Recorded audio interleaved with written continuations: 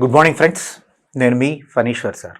మరి APPSC group 2 మెయిన్కి సంబంధించి 100 రోజుల స్ట్రాటజీ అన్నటువంటి దాన్ని మనం చూస్తూ ఉన్నాం. సో 100 రోజుల ప్రణాళిక, 100 రోజులు మనం ప్రతిరోజు చదవాలి. చదువుకు సంబంధించినటువంటి సక్సెస్ ఫార్ములా ఒకటే, చాలా సందర్భాల్లో చెప్పాను, మళ్ళీ మీకు ఈ సందర్భంలో చెప్తున్నా. కన్సిస్టెన్సీగా ఎవరైతే చదువుతారో,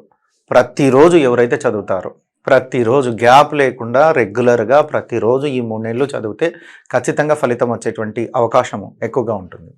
దెన్ మరి ఈ వీడియోలో చూసినట్లయితే, నిన్న ఆంధ్రప్రదేశ్ అసెంబ్లీలో మనం గమనించినట్లయితే సర్వే అన్నటువంటి దాన్ని ప్రవేశపెట్టడం జరిగింది. వాస్తవానికి బడ్జెట్కి ఒక రోజు ముందే సర్వేని ప్రవేశపెడతారు. మరి ఆ సర్వే అన్నటువంటిది నిన్న గవర్నమెంట్ అఫీషియల్లీ డాక్యుమెంట్ రావడం, ఈరోజు న్యూస్ పేపర్లో మీరు చూడడం అన్నటువంటిది జరిగింది. సో జనరల్గా ఎకానమీ 75 మార్క్స్కు ఉంటే, 75 మార్క్స్కు ఎకానమీ ఉంటే, Indian economy, AP economy, Indian and AP approximately ఈ రెండింటిని మనం 35-35గా విభజించుకుంటే,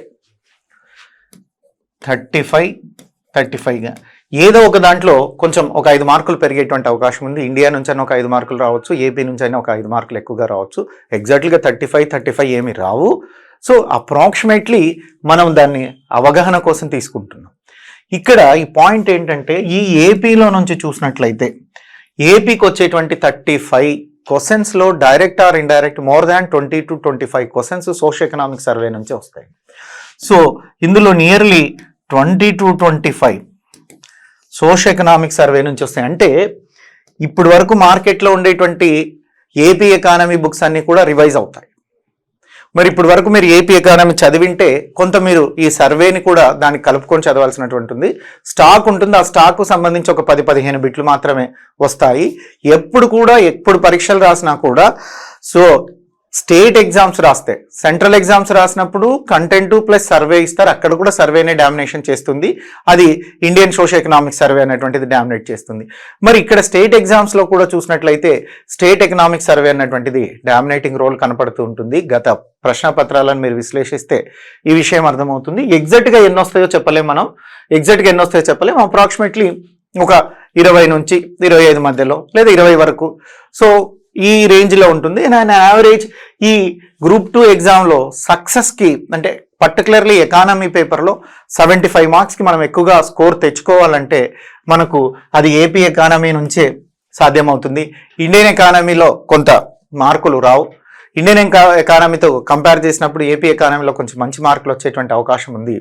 ఈ విషయాన్ని అభ్యర్థులు గుర్తుపెట్టుకొని సో ఏపీ ఎకానమీ మీద బాగా కాన్సన్ట్రేట్ చేయండి, సులభంగా మార్కులు వస్తాయి.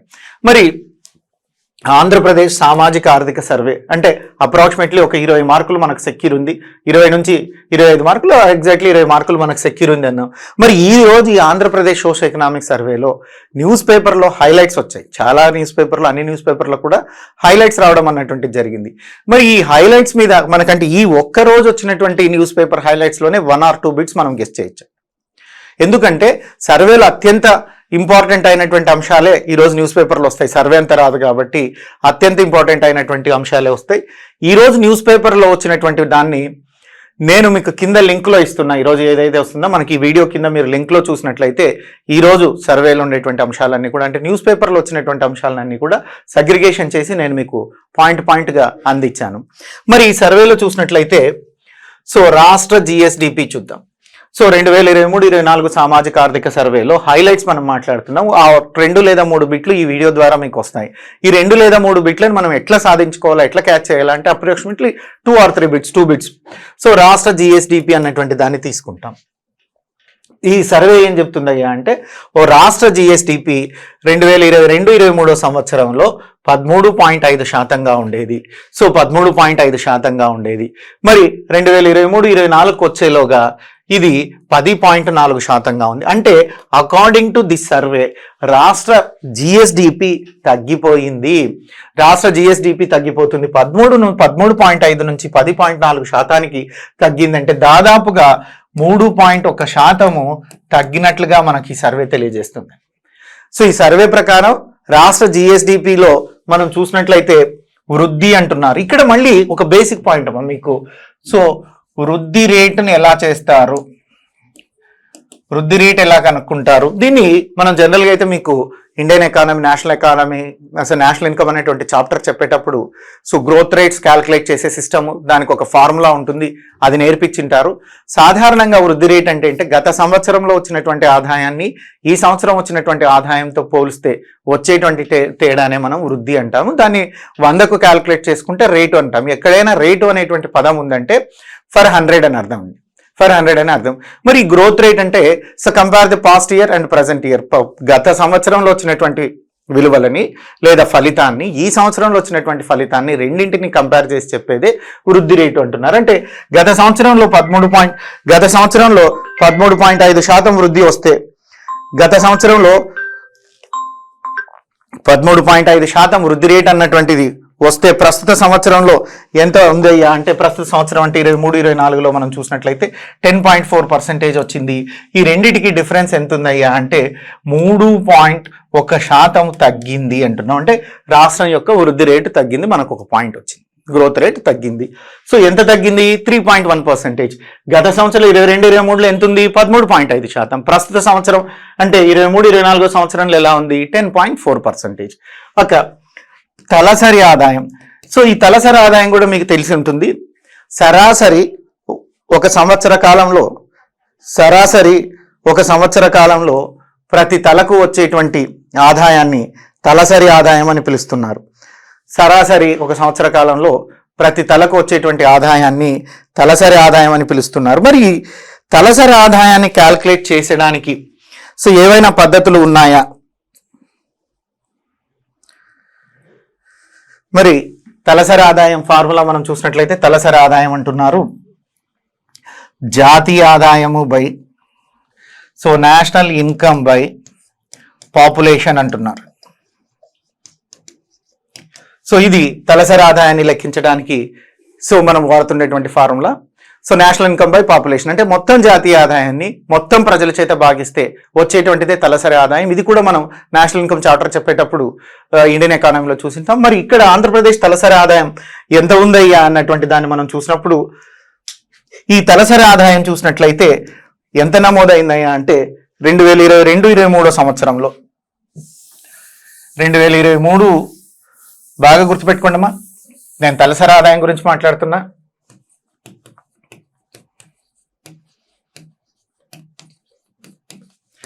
తలసరి ఆదాయము 2022-23 సంవత్సరంలో చూసినట్లయితే 11.49% ఉంది.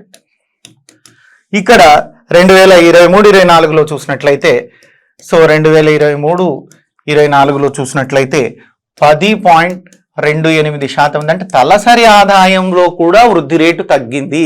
సార్ తలసరి ఆదాయము ఎల్లవేళలా సంఖ్యలో చెప్తారని చెప్పారు కదండి నేషనల్ ఇన్కమ్ చెప్పేటప్పుడు. అవునండి, సంఖ్యలోనే చెప్తారు. కానీ ఇక్కడ మనం మాట్లాడేది తలసరి ఆదాయ వృద్ధి రేటు. తలసరి ఆదాయ వృద్ధి రేటు. వృద్ధి రేటు ఎక్కడైతే వృద్ధి రేటు అన్నప్పుడు పర్సంటేజ్లోనే చెప్తారు. తలసరి ఆదాయం ఎంత ఉందో కూడా నేను చెప్తాను ఇప్పుడు మీకు. అంటే ముందు ఒక పర్సంటేజ్ చెప్తున్నాను. తలసరి ఆదాయం 2022-23 సో 2022-23లో చూస్తే 11.49% ఉంది. 23-24 చూసినట్లయితే 10.28% అన్నటువంటిది ఉంది. అంటే మనకు ఫలితం ఏమైంది? తలసరి ఆదాయం కూడా తగ్గింది. సో మరి తలసరి ఆదాయం కూడా తగ్గింది. తర్వాత మనం చూసినట్లయితే ఆహార ధాన్యాల ఉత్పత్తి చూద్దాం. ఒక్కొక్క టాపిక్ మనం మాట్లాడుకుంటూ పోవాలా. ఆహార ధాన్యాల ఉత్పత్తి తీసుకుంటే ఎంత ఆహార ధాన్యాలు అన్నటువంటివి ఉత్పత్తి అవుతున్నాయి అంటే ఇది కూడా మనం చూసినట్లయితే ఆహార ధాన్యాలను చూసినట్లయితే 22 లక్షల ఎంత ఉంది? 22 లక్షల టన్నులు ఆహార ఉత్పత్తి లక్షల టన్నులు తగ్గిందంట. ఎప్పటికీ గతంతో పోల్చినప్పుడు ప్రస్తుతం ఆహార ధాన్యాల ఉత్పత్తి రాష్ట్రంలో ఏ విధంగా ఉందయ్యా అంటే 22 లక్షల టన్నులు తగ్గింది అంటున్నారండి. ఎంత తగ్గింది? 22 లక్షల టన్నులు. ఇక తలసరి ఆదాయాన్ని ఇక్కడ మనం పర్సంటేజ్లో చూసినట్లయితే రెండిట్లో తలసరి ఆదాయ వృద్ధి చూసాం. సంఖ్యపరంగా తలసరి ఆదాయం ఆంధ్రప్రదేశ్ రాష్ట్రంలో ఎంత ఉందయ్యా అంటే 2,42,479. సో ఈ ఏదో ఒకటి ఖచ్చితంగా అయితే ఇక్కడ మనం ఈరోజు మాట్లాడుకుంటున్నటువంటి దాంట్లో 1 నుంచి 2 బిట్లు ఖచ్చితంగా వస్తాయి. ఆంధ్రప్రదేశ్ తలసరి ఆదాయం ఎంత ఉందయ్యా అంటే 2,42,479గా ఉంది. సో ఆహార ధాన్యాల ఉత్పత్తి ఎంత ఉందయ్యా అంటే 22 లక్షల టన్నుల ఉత్పత్తి అన్నటువంటిది తగ్గింది అంటున్నారండి. 22 లక్షల టన్నుల ఉత్పత్తి ఉంది కాదు, గతంతో పోల్చినప్పటికీ ఇప్పటికీ 22 లక్షల టన్నుల ఉత్పత్తి అన్నటువంటిది తగ్గినట్లుగా మనకు ఈ సోషో ఎకనామిక్ సర్వే అన్నటువంటిది తెలియజేస్తుంది. ఇక దీని తర్వాత చూసినట్లయితే అనదర్ ఇంపార్టెంట్ సెక్టార్ ఏంటయ్యా అంటే దీని తర్వాత మనం చూసినట్లయితే అనదర్ ఇంపార్టెంట్ సెక్టర్ అగ్రికల్చర్.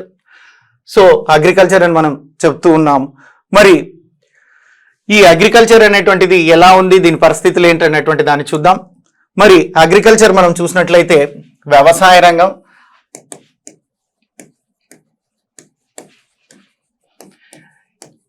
మనకి ఎగ్జామ్కి వచ్చేటువంటి వాటిలో ఇంపార్టెంట్ రంగాలలో ఇదొక రంగం, ఖచ్చితంగా బిట్టు మనం ఎక్స్పెక్ట్ చేసేటువంటిది. మరి వ్యవసాయ వృద్ధి రేటు చూసినట్లయితే వ్యవసాయ రంగంలో వృద్ధి రేటును చూసినట్లయితే 4% ఎక్కువగా వస్తే దాన్ని ఆదర్శ వృద్ధి రేటు అంటారు. 4% వస్తే దాన్ని ఆదర్శ వృద్ధి రేటు అంటారు. 10వ పంచవర్ష ప్రణాళిక నుంచి ఈ నియమాన్ని మనం పాటిస్తూ వస్తున్నాం. అంటే ప్రతి సంవత్సరం అట్లీస్ట్ తక్కువలో తక్కువ 4% అన్నా వృద్ధి రావాలి. సో 4% అన్నా వృద్ధి రేటు అనేటువంటిది నమోదు చేయాలి వ్యవసాయ రంగంలో అనుకున్నాం. అది ఆదర్శ వృద్ధి రేటు అంటారు. మరి ఇప్పుడు వృద్ధి రేటు చూసినట్లయితే 2016-17లో మనం చూసినట్లయితే అది కూడా ఏంటి, స్థిర ధరలలో 14.98% ఉంది. దీన్ని నథింగ్ బట్ మనం 15% అని చదువుకోవచ్చు. 14.98% ఉంది, మనం దాన్ని 15% అని కూడా చదువుకోవచ్చు, ఎలాంటి తప్పు లేదు. ఇక్కడ వాస్తవం గుర్తుపెట్టుకోవాలి సార్, 16-17 ఎందుకు చెప్తున్నారు మాకు ఇప్పుడు? సో ఇప్పుడు 16-17 కాదు కదా, 23-24 కదా చెప్పాల్సిందంటే ప్రభుత్వం మారింది కాబట్టి ప్రభుత్వం ఆ కాలంలో అంటే గత ప్రభుత్వం తెలుగుదేశం ప్రభుత్వం ఉండేటువంటి కాలంలో ఉండేటువంటి ఫిగర్ని ఇప్పుడు ఉండేటువంటి ఫిగర్ని ఇచ్చి 2 ప్రభుత్వాలకు మధ్య తేడాను అంటే ఆ రోజు నుంచి 16 నుంచి 17కి ఇప్పటి వరకు ఉండేటువంటి పరిస్థితిని చెప్పే ప్రయత్నం సర్వేలో సాధారణంగా చేస్తారు. ఏ సర్వే అయినా అలాగే చేస్తారండి. మరి ఇక్కడ మనం చూసినట్లయితే 17-18 స్థిర ధరల్లో చూసినట్లయితే 18.23% ఉంది. ఇదంతా కూడా 16-17, 17-18 పాత తెలుగుదేశం ప్రభుత్వం ఉంది. అంటే వైఎస్ఆర్ గవర్నమెంట్ అడ్మినిస్ట్రేషన్లోకి రాకముందు, వైఎస్ఆర్ గవర్నమెంట్ పరిపాలనలోకి రాకముందు తెలుగుదేశం పార్టీ ఉంది. 14 నుంచి 19 మధ్య ఆ కాలానికి సంబంధించి చూపిస్తున్నారు. తర్వాత 18-19లో అంటే తెలుగుదేశం ఎలక్షన్స్ పోయేటప్పుడు కరువు సంభవించింది. సో కరువుతో కూడా మనం -3.54% వృద్ధి సాధించింది కరువు కారణంగా. సో ఈ రెండింటిని చూసినట్లయితే ఇక్కడ ఏం జరిగిందయ్యా అంటే కరువు వల్ల 3.4% అన్నటువంటిది మనం చూసినట్లయితే డిఫరెన్స్ అన్నటువంటిది వచ్చింది అని. అయినప్పుడు కూడా మేము కరువులో కూడా స్థిర ధరల్లో కూడా 3.54% అంటే దాదాపుగా ఆదర్శ వృద్ధి రేటు సాధించామని ప్రభుత్వం చెప్పుకుంటుంది. ఇక్కడ మీరు గమనించినట్లయితే ప్రస్తుతం ఈ 5 సంవత్సరాలలో ఒక్క ఏడాది కూడా 10% వృద్ధి సాధించలేదు. అంటే ఈ సర్వే ఏం చెప్తుంది అంటే మేము ఎందుకు ఇది తెలుగుదేశం ప్రభుత్వం ఇచ్చినటువంటి సర్వే కాబట్టి మేము మా కాలంలో అంటే మా పరిపాలనా సంవత్సరాల్లో 16 నుంచి 17లో 14.98% సో గ్రోత్ రేట్ అగ్రికల్చర్లో వచ్చిందండి. అదేవిధంగా 17-18లో కూడా చూసినట్లయితే 18.23% వచ్చింది. మరి ఆదర్శ వృద్ధి రేట్ అయినటువంటి 4కు మేము దగ్గరగా వచ్చాము. కరువు కారణంగా కరువు కాటకాలు ఉన్నా కూడా మేము 3.454 గ్రోత్ రేట్ సాధించామంటే ఆదర్శ వృద్ధి రేటుకి దగ్గరగా వచ్చాము. మరి గత 5 సంవత్సరాలలో ఏ ఒక్క ఏడాది కూడా 10% వృద్ధికి మించలేదు. ఇక్కడ పాయింట్ ఏం చెప్తుందంటే గత 5 సంవత్సరాల్లో కూడా ఏ ఒక్క ఏడాది కూడా 10%కి మించలేదంటే 2019 నుంచి 2024 మధ్య కాలంలో పనిచేసినటువంటి వైఎస్ఆర్ ప్రభుత్వం కాలంలో వైఎస్ఆర్ ప్రభుత్వ హయాంలో 10%కి మించి ఏ ఒక్క సంవత్సరం కూడా వృద్ధి రేటు నమోదు కాలేదు. ఇక 2022-23లో చూసినట్లయితే కేవలం 3% మాత్రమే వృద్ధి రేటు అన్నటువంటిది కనపరిచారు. మరి సో ఇది 22-23లో చూసినట్లయితే 3%, అదేవిధంగా 23-24లో చూసినట్లయితే 1.69%. అంటే పూర్తిగా ఈ వైఎస్ఆర్ ప్రభుత్వము వ్యవసాయాన్ని నిర్లక్ష్యం చేసింది. కేవలం ఇక్కడ నిర్లక్ష్యం వల్ల 2023-24లో అంటే దీన్ని ప్రస్తుత సంవత్సరం అంటారు, ప్రస్తుత సర్వే అంటారు. ప్రస్తుత సర్వే ప్రకారం వ్యవసాయ వృద్ధి రేటు కేవలం 1.69%.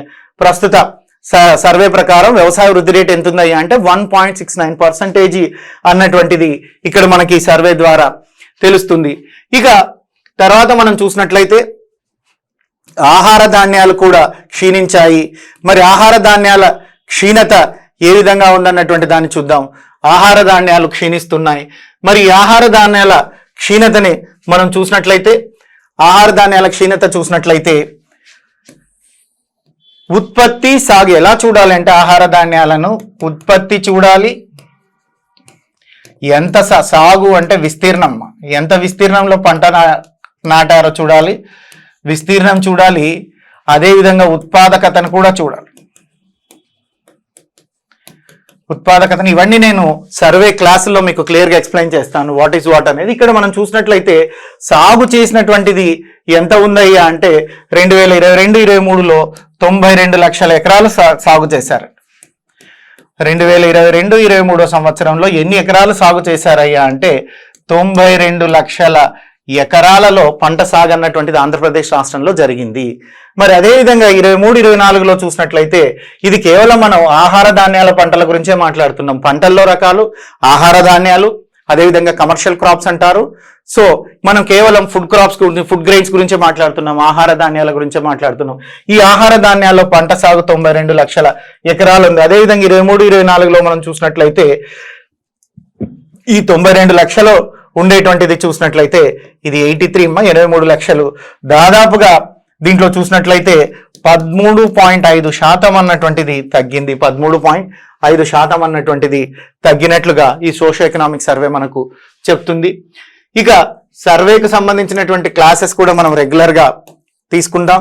మరి ప్రొడక్షన్ అన్నటువంటి దాన్ని చూస్తే ఉత్పత్తిని మనం చూసినట్లయితే ఉత్పత్తి అన్నటువంటిది ఎంతవరకు ఉంది అన్నటువంటి దాన్ని చూసినట్లయితే ఈ ఉత్పత్తికి సంబంధించిన దాన్ని మనం చూస్తే ప్రొడక్షన్ సో 2022-23 సంవత్సరంలో చూసినట్లయితే 168.41 లక్షల టన్నుల ఉత్పత్తి అయింది. ఆహార ధాన్యాలు టన్నులోనే చెప్తారండి ఎన్ని లక్షల టన్నుల్లో ఉత్పత్తి అయింది. మరి ప్రస్తుత సర్వే ప్రకారం 2022-23లో చూసినట్లయితే 146.65 అంటే 168 నుంచి 146 అంటే తగ్గినట్లుగా మనకు చెప్తుంది. అంటే ఈ సోషియో ఎకనామిక్ సర్వే ఏం చెప్తుందంటే ఆంధ్రప్రదేశ్ రాష్ట్రంలో ఈ ఏదైతే మనం చెప్పుకుంటున్నటువంటి ఆహార ధాన్యాల ఉత్పత్తి ఉందో ఆహార ధాన్యాల ఉత్పత్తి తగ్గింది అని చెప్తుందండి. ఇక సాగు విస్తీర్ణం కూడా ఎలా తగ్గుతుందా పెరుగుతుందా అంటే సో సాగు విస్తీర్ణం చూసినట్లయితే 14-15 మధ్య కాలంలో అంటే టోటల్ గా ఆనాటి తెలుగుదేశం ఉండేటువంటి 5 సంవత్సరాల కాలం తీసుకొని చెప్తున్నారు. తెలుగుదేశం ప్రభుత్వం ఉండే 24 సో 14-19 మధ్య కాలంలో 151 లక్షల ఎకరాలలో విస్తీర్ణం ఉంటే 19-14లో అంటే ఈ వైఎస్ఆర్సీపీ వచ్చినటువంటి పీరియడ్ లో ఈ వైఎస్ఆర్సీపీ ఉండే 29-24 పీరియడ్ లో మొదటిదేమో 2014 నుంచి 19 ఆనాటి తెలుగుదేశం గవర్నమెంట్ ఉండేటువంటి కాలం. ఆ కాలంలో 150 లక్షల ఎకరాలలో సాగు జరిగినట్లుగా చెప్తుంది. మరి 19-14 మధ్య కాలంలో 19-24 అండి ఇది 19-24 మధ్య కాలంలో చూసినట్లయితే 123.90 లక్షల ఎకరాల్లో పంట సాగుంది. అంటే అక్కడ 150 నుంచి 123కి వచ్చిందంటే పంట సాగు విస్తీర్ణం కూడా తగ్గింది. మా ప్రభుత్వం కొన్నట్టంటే ఈ వైఎస్ఆర్సీపీ ఈ 5 సంవత్సరాల్లో 2019 నుంచి 24 మధ్య కాలంలో చూసినట్లయితే టోటల్ గా పంట విస్తీర్ణమే తగ్గింది అన్నటువంటి దాన్ని చెప్తున్నారండి. ఇక ఆహార ధాన్యాల ఉత్పత్తి అన్నటువంటిది చూసినట్లయితే గణనీయంగా తగ్గినట్లుగా ఈ సర్వే అన్నటువంటిది చెప్పడం జరుగుతుంది.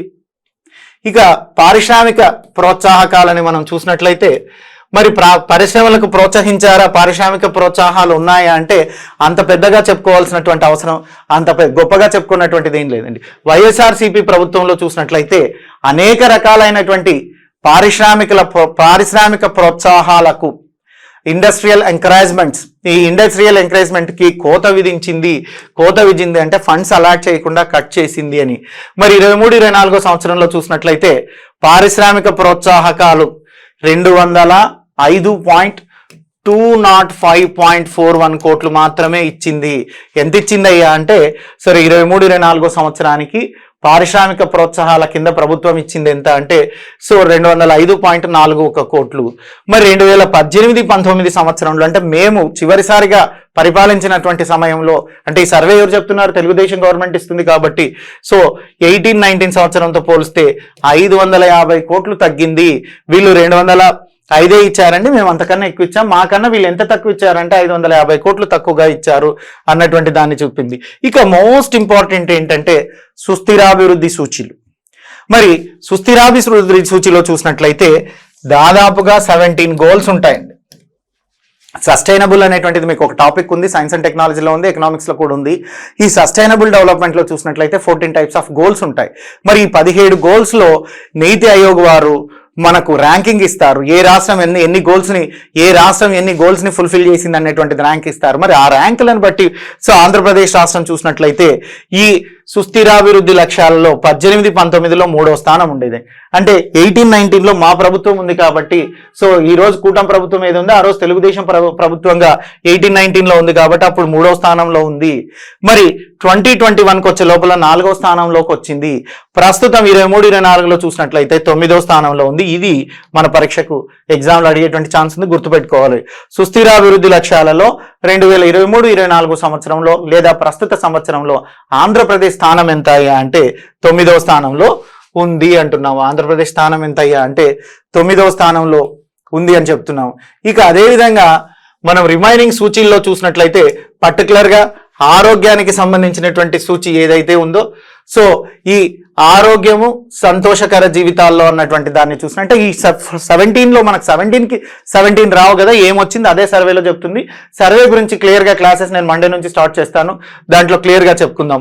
ఇక్కడ దీంట్లో ఏ అంశంలో ఆరోగ్యము సంతోషకర జీవనాల్లో చూసినట్లయితే 7వ స్థానంలో ఉంది. ఎప్పుడు 2021లో ప్రస్తుతం చూస్తే 11వ స్థానంలో ఉంది. ప్రస్తుతం 11వ స్థానంలో ఉంది. స్త్రీ పురుష సమానత్వ సూచి అన్నటువంటి చూస్తే జెండర్ ఈక్వాలిటీ ఇండెక్స్ అంటారు. ఈ జెండర్ ఈక్వాలిటీలో చూస్తే గతంలో 5 ఉండేది మా ప్రభుత్వం ఉన్నప్పుడు, ప్రస్తుతం వైఎస్ఆర్సీపీ ప్రభుత్వం వల్ల 14వ స్థానానికి వచ్చింది. రక్షిత నీరు పారిశుద్ధ్యం అన్నటువంటి దాంట్లో చూసినట్లయితే రక్షిత నీరు పారిశుద్ధ్యంలో 4వ స్థానంలో ఉండేది, ప్రస్తుతం 11వ స్థానానికి వచ్చింది. ఇదేమో 14th ప్లేసు, రక్షిత నీరు చూస్తే 11వ స్థానంలో ఉంటుంది.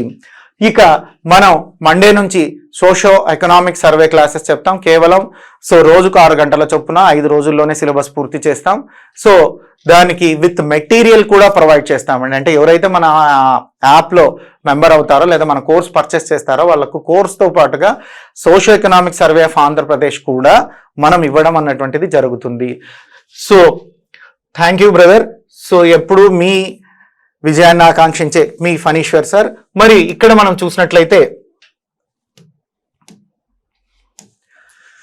పరిశ్రమ మౌలిక సౌకర్యాలు అన్నటువంటి అంశాల్లో చూసినట్లయితే పరిశ్రమల్లో మౌలిక సౌకర్యాల్లో 21వ స్థానంలో ఉన్నాం. అసమానతల తగ్గింపు reducing the inequalities reducing the ఇన్ఈక్వాలిటీస్లో ప్రస్తుతం 17వ స్థానంలో ఉన్నాము.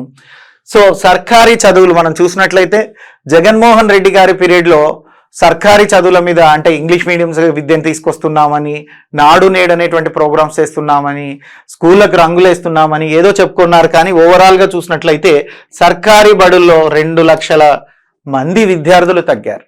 2 లక్షల మంది విద్యార్థులు తగ్గినట్టుగా మనకి సర్వే చెప్తుంది.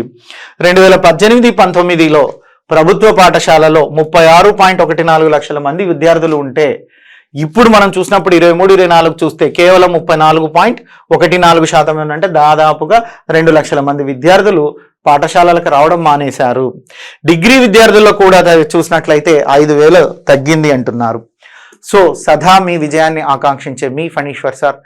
మనకు సోషో ఎకనామిక్ సర్వే క్లాసెస్ ఉంటాయి, లైవ్లో ఉంటాయి. అవి కూడా వితిన్ 6 days or 7 daysలో ఫినిష్ చేసేటట్లుగా మనం ప్లాన్ చేస్తున్నాం. We will announce later as early as possible మనం కోర్స్ అనౌన్స్ చేస్తాం. Thank you. ఎల్లవేళలా మీ విజయాన్ని ఆకాంక్షించే మీ ఫణీశ్వర్ సార్.